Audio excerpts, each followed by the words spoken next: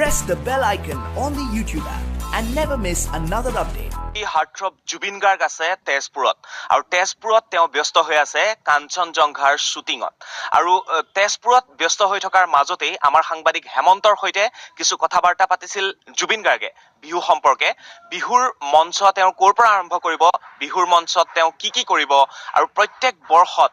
বিতৰ্কৰ মাজত থকা এইগৰাকী কণ্ঠশিল্পীয়ে এইবাৰ কেনেধৰণে মঞ্চলৈ নতুন নতুন গীত লৈ যাব এই সম্পৰ্কে জানিবলৈ আমি গৈছো জুবিন গাৰ্গৰ কাষলৈ আৰু জুবিনৰ সৈতে আছে হেমন্ত বহাগ বিহু সমাগত আৰু বিহু আহিলেই আপোনাক কেন্দ্ৰ কৰি এক বিতৰ্ক সৃষ্টি হয় বিশেষকৈ পোছাক পৰিধান আৰু হিন্দী গীত গোৱাক লৈ এইবাৰ কেনেধৰণৰ ভূমিকা গ্ৰহণ কৰিব এইবাৰ কিছুমান এইবাৰ নতুন গানো বহুত আছে বিশেষকৈ যিখন চিনেমা কৰিলোঁ ৰিচেণ্টলি সেইবিলাকৰ গান আছে আণ্ডাৰৱৰ্ল্ড এখন চিনেমা কৰিলোঁ নতুনকৈ মই তাৰ গান ৰিলিজ হ'ব তাৰ গান আছে মই মা বুলি এটা এলবাম কৰিছোঁ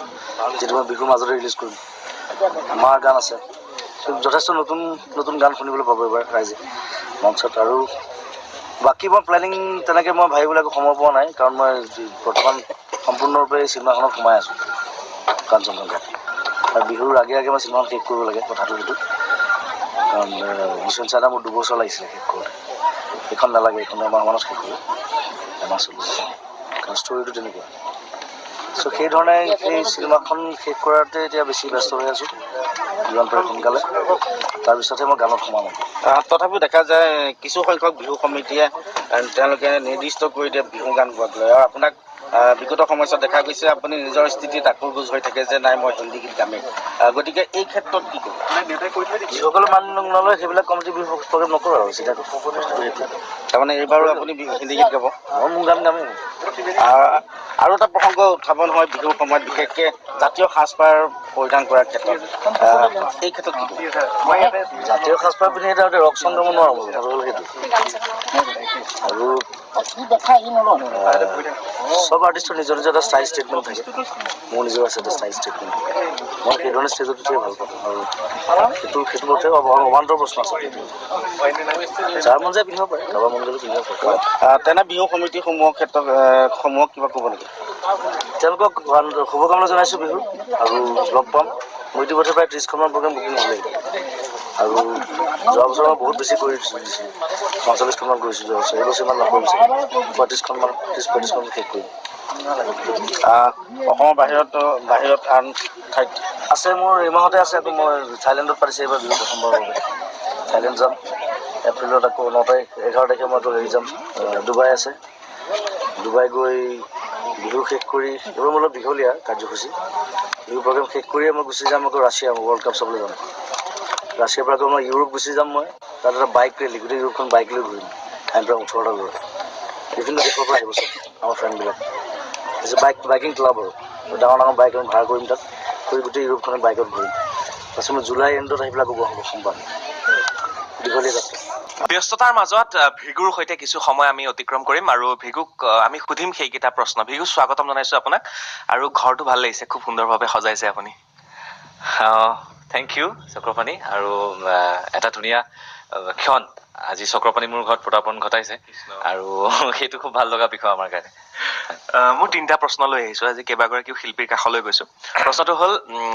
ভিগু কাশ্যপে এইবাৰ মঞ্চলৈ যাওঁতে পৰম্পৰাগত সাজপাৰ পৰিধান কৰিব নেকি যিটো বিতৰ্ক আগতে চলি থাকে কিন্তু ভিগুৱে খুব সুন্দৰভাৱে সাজপাৰ পৰিধান কৰে সেয়া আমি জানো ষ্টাইলিছ ল'ৰা ভিগু সেয়াও আমি গম পাওঁ কিন্তু এইবাৰ মঞ্চত কি সাজত আমি ভিগুক দেখা পাম এইবাৰ যোৱাবাৰ দৰ্শকে দেখিবলৈ পাইছিলে পাটৰ ফেশ্বন মই কৰিছিলোঁ পাটত ব্লেজাৰ বনাইছিলোঁ তো এইবাৰ আমি মুগাৰ ফেশ্বনটো কৰিম মুগাৰ ব্লেজাৰ কৰিছোঁ মুগাৰ হুডি বুলি কয় কেপচাৰ্ট থকা হাফ টি চাৰ্ট আৰু যাতে কি হয় স্পেচিয়েলি আজিকালি ছ'চিয়েল মিডিয়াৰ যি প্ৰচাৰ আৰু প্ৰসাৰ সেইটো সময়ত আমি কিবা এটা বস্তু যদি বিশ্ব দৰবাৰত লৈ যাবলৈ আমি যদি কিবা এটা বস্তু চেষ্টা কৰোঁ ধৰি লওক আমাৰ দেশৰ বাহিৰতো যদি ভুলক্ৰমে আমাৰ প্ৰফাইলটো চাই কেতিয়াবা চ' তেতিয়া যদি আমাৰ মুগাৰ কাপোৰ সাজ এযোৰ যদি আমাক দেখে নিশ্চয় তেখেতসকলে সুধিব যে এইটো what kind of material is this গতিকে মই ভাবোঁ যে প্ৰত্যেকগৰাকী শিল্পী আমাৰ যি জাতীয় সাজ পোছাক লাইক পাট মুগা এইবোৰ আমাৰ তেজত থকা বুলি মই ক'ব লাগিব গতিকে সেই তেনেকুৱা ধৰণৰ ফেশ্বনছবিলাক কৰক যাতে বিশ্ববাসীয়ে গম পাওক যে অসমখন পাট মুগাৰ ক্ষেত্ৰত যথেষ্ট ধনী নিশ্চয় আৰু এইখিনিতে এটা ভাল খবৰ যে ভিগু গৈ আছে ডুবাইলৈ সেইটো কথা মই জানি লওঁ এবাৰ ডুবাইত কোনে আমন্ত্ৰণ কৰিছে আৰু ডুবাইত গৈ কি হ'ব পাৰে ডুবাইত অনুষ্ঠান আছে প্ৰায় মই 6th of এপ্ৰিলৰ পৰা 14th of এপ্ৰিল 13th আছে অনুষ্ঠান লাষ্ট অনুষ্ঠান দুখন অনুষ্ঠান আছে চ' আছাম এছ'চিয়েশ্যন নিপামণি বা আৰু তেখেতৰ বান্ধৱীবোৰে যি ইনভিটেশ্যন দিছে মই একচেপ্ট কৰিছোঁ আৰু 6 তাৰিখে ওলাম গুৱাহাটীৰ পৰা তাৰপিছত ফাইনেলি 14th আহি পাম খুব আশাবাদী কেতিয়াও অনুষ্ঠান কৰিবলৈ বিদেশলৈ যোৱা নাছিলোঁ চ' এইবাৰ যাম I hope we gonna have a very good time together খুব ভাল লাগিব নিশ্চয় দ্বিতীয়টো প্ৰশ্ন হৈছে যে আমি জানো প্ৰত্যেকগৰাকী শিল্পীৰ মাননিৰ প্ৰশ্ন আহে ভৃগু যথেষ্ট আৰ্থিকভাৱে চহকী সেয়াও আমি গম পাওঁ কিন্তু প্ৰশ্নটো এইটো হ'ল সুধিব নাপাই যদিও সুধিছোঁ ভৃগু এবাৰ কিমান মাননিত প্ৰত্যেকখন মঞ্চলৈ যাব গুৱাহাটী আৰু গুৱাহাটীৰ বাহিৰত বা ডুবাইটোৰ কথা আমি কাষত থৈছোঁ আচলতে মাননিৰ ক্ষেত্ৰত কি হয় আমি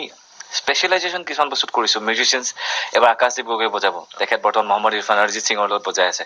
তেনেকুৱা মিউজিচিয়ান থকাৰ কাৰণে মানুহটো অকণমান বঢ়াব লগা হৈছে এবাৰ গুৱাহাটীত কামৰূপ মেট্ৰ' এণ্ড ৰুৰেলত কৰিছোঁ 2.5 লাখ টকা গতিকে বাকীখিনি জেগা লৈ পেলাই হ'ব অনুষ্ঠান লৈ পেলাই হ'ব গতিকে সেইটো আচলতে ৰাইজে ক'ব লাগিব যে যিখিনি আমি মাননি ল'ম সেইখিনি মাননি আমি কোৱালিটি দি থৈ আহিম আৰু সেইখিনি ক্ষেত্ৰত ৰাইজে নিজে দেখিবলৈ পাব মোৰ টোটেল ক্ৰু মেম্বাৰ থাকে 28 গৰাকী ব্যক্তি গতিকে সেই 28 গৰাকী ব্যক্তিৰ 3টা মাহ পৰিয়ালখন চলিব মোৰ দ্বাৰাই গতিকে মই ভাবোঁ ৰাইজে মৰম দিলে নিশ্চয় মোৰ লগতে সেই 28টা পৰিয়ালৰ খুব ভাল দিন সোনকালতে আহিব খুব সুন্দৰ চিন্তা ভৃগু তৃতীয়টো প্ৰশ্ন যে মঞ্চত কোনকেইটা গীতক বেছি প্ৰাধান্য দিয়া হ'ব আপোনাৰ বহুকেইটা জনপ্ৰিয় গান আছে তাৰ ভিতৰত আৰম্ভণি কোনটো কৰা হ'ব মাজত কোনখিনি শেষত কোনখিনি কিবা চিডিউল বনোৱা হৈছে নেকি হয় আমাৰ অলৰেডি প্ৰেক্টিছ আৰম্ভ হ'বই মই যিহেতু ডুবাইলৈ যাম তাতকৈ আগতে প্ৰেক্টিছখিনি শেষ কৰি যাম গতিকে আমাৰ প্ৰথম গীত আৰম্ভণি কৰোঁ আমি ভূপেন হাজৰিকাৰ গীতেৰে যোৱা বছৰ এটি নিজৰ গীতেৰে কৰিছিলোঁ এই বছৰ বিহু 2017ৰ বিহুৰ পিছতেই আমি সকলোখিনি গীত ভূপেন হাজৰিকাদেৱৰ গীতৰ দ্বাৰা আৰম্ভ কৰোঁ আৰু জয়ন্ত হাজৰিকাদেৱৰ গীত আছে দীপেন বৰুৱা ছাৰক খুব ভাল পাওঁ দীপেন বৰুৱাদেৱৰ গীত আছে গতিকে নপুৰণি গীতবোৰতো আছেই তাৰ লগতে ৰাইজে আদৰি লোৱা মোৰ জনপ্ৰিয় গীত মোৰ যিখিনি জনপ্ৰিয় গীত সেইখিনি ভিতৰত চবতকৈ বেছি জনপ্ৰিয় অট'ৱালা একদম শেষত ৰাখিছোঁ তাতকৈ আগত অট'ৱালা 2 ওলাইছে যিহেতু অট'ৱালা 2টো ফাৰ্ষ্টতে গোৱা হ'ব আৰু যিখিনি বিহুসুৰীয়া দুচকুৰ কাজল ফেব্ৰুৱাৰী মাহৰ মণিমালা সেই সকলোখিনি